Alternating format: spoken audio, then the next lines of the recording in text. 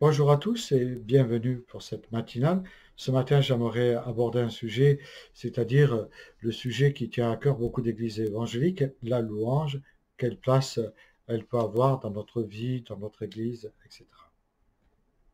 On sait que la musique peut faire partie de la louange, et on le voit dans les psaumes, mais ce n'est pas le cœur de la louange.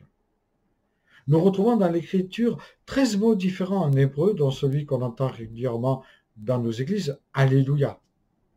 Il en existe ensuite 15 autres mots qui sont différents en grec pour exprimer notre louange.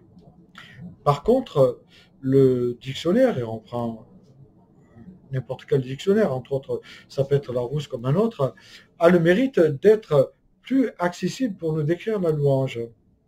Il est dit paroles par lesquelles on fait l'éloge de quelqu'un. Et on se rapproche beaucoup de la définition biblique. Si nous désirons faire l'éloge de quelqu'un, il faut d'abord le connaître, c'est-à-dire l'avoir rencontré personnellement. Et Jésus dit, je suis le chemin, la vérité, la vie. Ça signifie, je suis celui qu'on rencontre. Et cette rencontre nous amène à l'accepter en premier comme Seigneur pour en faire notre Sauveur. En tant que chrétien, Dieu nous donne, je le dis bien, le privilège de le louer, et plusieurs passages de l'Écriture mettent cela en évidence. 49 fois, dans la Bible seconde, il dit « Ils ont un Dieu digne de louange » et qu'on peut célébrer. 65 fois, c'est dit dans la Bible. On lui donne gloire, ainsi qu'au Christ, plus de 167 fois, ce qui est une des raisons d'être du culte public. Pour louer, il est primordial de connaître la nature de celui qu'on loue, entre autres le Dieu saint de l'Écriture.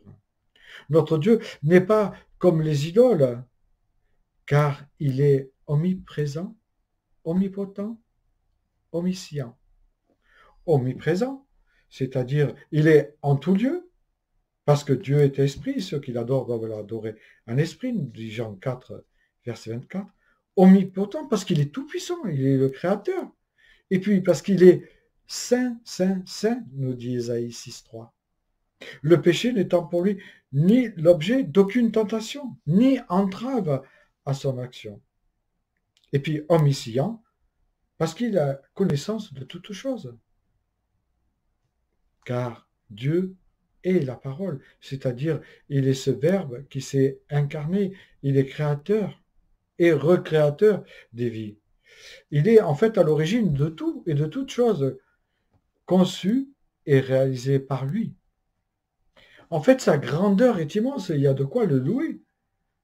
Mais même si sa grandeur est immense, il s'est abaissé personnellement, ce qui nous montre qu'il est un Dieu de proximité.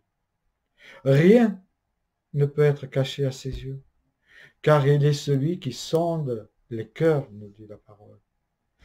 Parce qu'il est notre Seigneur et notre Sauveur, notre Roi, nous sommes appelés à le servir avec joie, à l'honorer par notre bouche, par des Alléluia, c'est-à-dire louer l'Éternel. Sa personnalité unique nous invite à voir trois façons de faire son éloge. Par l'adoration, comme l'ont fait les mages qui sont venus adorer l'enfant Jésus, dans cette étable. Ils se prosternèrent et lui offrirent de l'encens, de la myrrhe et de l'or.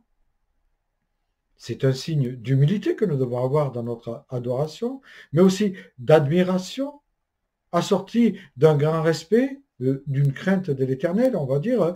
C'est le respect qu'on retrouve dans la Bible, parce que Dieu est au ciel et nous sommes sur la terre. Ecclésiaste 5.1 nous dit cela. Et puis cela nous amène à nous soumettre volontairement à lui. Faire l'éloge pour ce qu'il est, les cieux racontent l'ouvrage de ses mains. Le psaume 102 nous dit cela au verset 26 à 29. Et pour ce qu'il fait, on y englobe notre passé, on y englobe notre présent et on y englobe notre avenir. Parce que notre avenir est dans sa main. Et puis nous devons savoir le remercier car l'Éternel est mon berger, je ne manquerai de rien. Apprendre la reconnaissance et savoir lui dire merci dans notre louange, même pour nos épreuves. Cela s'appelle avoir de la gratitude envers celui qui nous a sauvés. Cela s'appelle avoir de la gratitude pour celui qui possède la puissance et l'amour. Je vous souhaite une bonne journée.